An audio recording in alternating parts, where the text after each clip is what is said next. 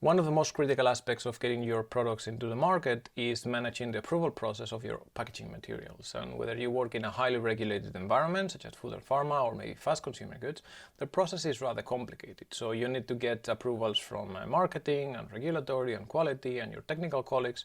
So there are quite a few stakeholders that you need to get feedback from. Now, there are fundamentally two ways to process or to manage the approval process. One is what we call the serial process, in which you basically in sequence ask for feedback to the different stakeholders. And whether you make an intermediate version between each feedback rounds is sort of irrelevant. And the second one is a parallel approval process, in which you ask everyone at the same time to get this feedback back to you. And then you produce a new version.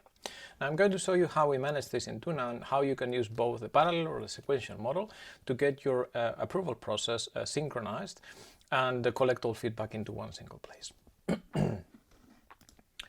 So in this case, I have a project here where there are already a couple of versions. So you see version 1.1, which has been rejected. So I can see that the rejection was done by actually me.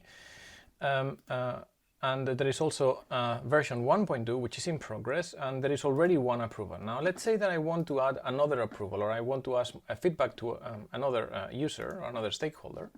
I can go ahead and say, okay, I want to set up or to request a new approval round. And I want to do this over version 1.2. I can select specifically the files that I'm going to request approval from. So for instance, I wouldn't request approval necessarily on the open editable file, on the Illustrator file. In this case, I'm just going to go ahead and ask approval on the production images. Then I will introduce the email of the user from which I want approval. So in this case, it's going to be myself. And you can see that you can introduce another email. So I could introduce, let's say, my Gmail account or any other user within the system. This will work for both internal and external users, so I don't have to worry about that. Then I'm going to ask my colleagues for feedback. So please review and get me the approval I seek. There you go. And I'm just going to go ahead and send my approval request.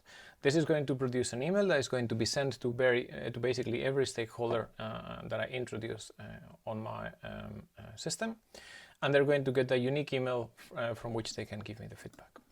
Now, once the email is received, and you go ahead and click on that email. So once the feedback is received, then you can click on the link and you can open directly an application where you will be able to provide feedback. And this feedback is not only produced in the form of, let's say, comments in your artworks, but you can also upload files, you can leave messages, and eventually you will also be required to file your approval or rejection on this version. So once the application is loaded, then I can access the files that I have been asked to give approval. You can also see at the bottom that one of the users already approved the version and the other one is pending. In this case, this is me. You can add notes directly on the files, and you can manipulate the files. Let's say if there would be packaging materials, you can rotate them, you can zoom in, zoom out, and so on, to make sure that you can leave, a very clear note. So please make this non-capital. Yeah, this will be my comment. I can save my notes. I can introduce notes in all the files I have in place.